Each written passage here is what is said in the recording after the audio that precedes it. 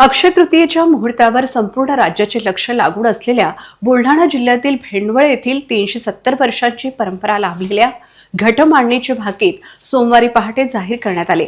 यंदा पिकांची स्थिती चांगली असली तरी अतिवृष्टी, महापूर आणि रोगराईमुळे पिकांच्या मोठ्या प्रमाणावर नासाडीची भीती वर्तवण्यात आली आहे। चंद्रभान महाराजांचे वंशज पुंजाजी महाराज वाघ आणि सारंगधार महाराज वाघ यांनी हे भाकीत वर्तवले। यंदा घागरीवरील पुरी गायब आढळल्याने पृथ्वीवर मोठ्या संकटाचे संकेत देण्यात आले आहेत।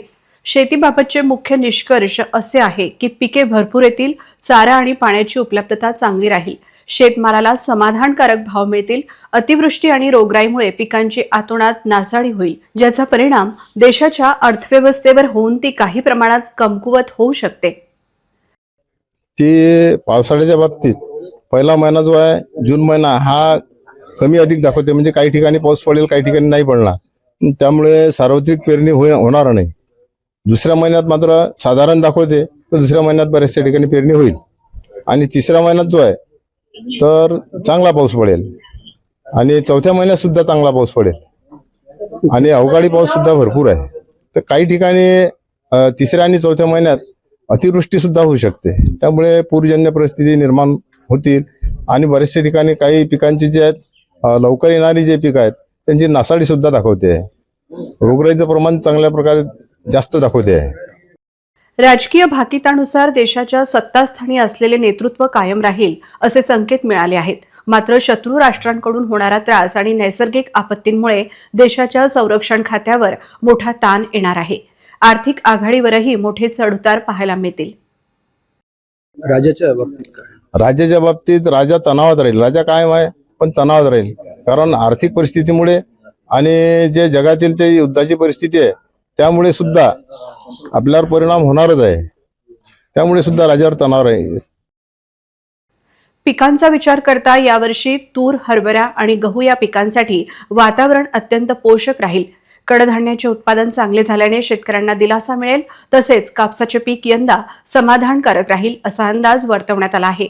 मात्र अवकाळी पावसाचे सावट वर्षभर राहणार असल्याने काढणीला आलेल्या पिकांची काळजी घ्यावी लागणार आहे।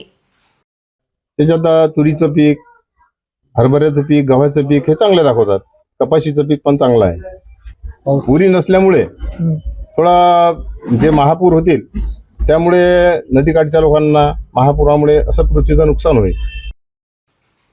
ज्योतिष आणि पंचांगाला अंधश्रद्धा म्हणणाऱ्या टीकाकारांचा यावेळी खरपूस समाचार घेतला गेला। आम्ही कोणावरही आमची मते लादत नाही, ज्यांची श्रद्धा आहे त्यांनी यातील सूचनांचा लाभ घ्यावा असे त्यांनी स्पष्ट केले।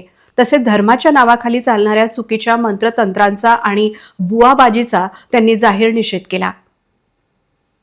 नसलं तर मी एक सांगू इच्छितो की नैसर्गिक आधार याले हे रात्रीतून घडामोडी जे होतात त्या घडामोडीवर आधारित असते, कारण जे धान्य ठेवलेले असतात ते धान्य कशा प्रकारे आपण काही हे म्हणतात बा मुंगी, किडे, माकुळे यांच्यावर हे आधारित आहे। ठीक आहे, ते त्यांच्यावर जरी आधारित असलं तरी मी म्हणतो की आपल्याला बरेचसे संकेत असे मिळतात की कधी कधी पाऊस येण्याचा संकेत आहेत।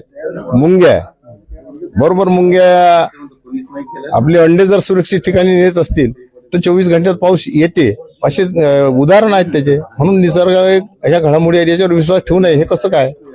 पुन्हा अजून एक आहे की एक पक्षी आहे, तो पक्षी पाऊस पडल्याशिवाय मधात अवकाळी पाऊस पडला तर तो कधीही आवाज देत नाही, पण जून महिन्यातच पाऊस झाला की तो पेरतेव्हा म्हणते, म्हणजे नैसर्गिक ह्या सूचनाच आहेत की नाही। म्हणून त्याच्यावर थोडाफार आपल्याला तर काहीतरी विश्वास ठेवाच लागेल।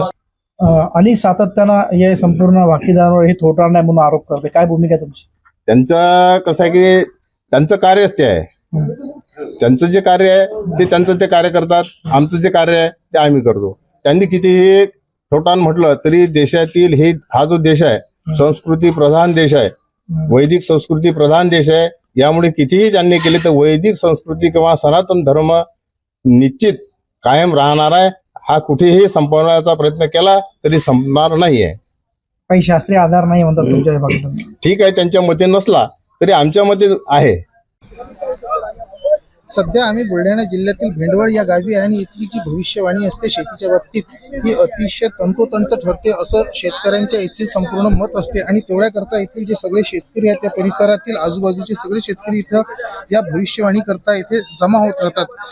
चंद्रभान महाराज यांचं वंशज असून हे मागच्या जवळजवळ 350 ते 400 वर्षापासून ही भविष्यवाणी करत असतात. या भविष्यवाणीमध्ये संपूर्ण देशाची, राज्याची आणि शेतीची जी भाकीत असतात ती सांगितल्या जातात. त्यानुसार यावेळेस थोडासा जो अवकाळी पाऊस असतो तो जास्त राहील असं त्यांनी सांगितलं. त्यानंतर काही पिकं जी आहेत ती मोगममध्ये राहतील.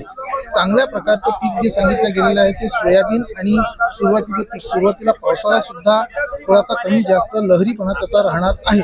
मात्र इतकं सगळं असल्यानंतर सुद्धा राजकीय परिस्थितीमध्ये त्यांनी असं सांगितलेलं आहे की राजा हा कायम आहे.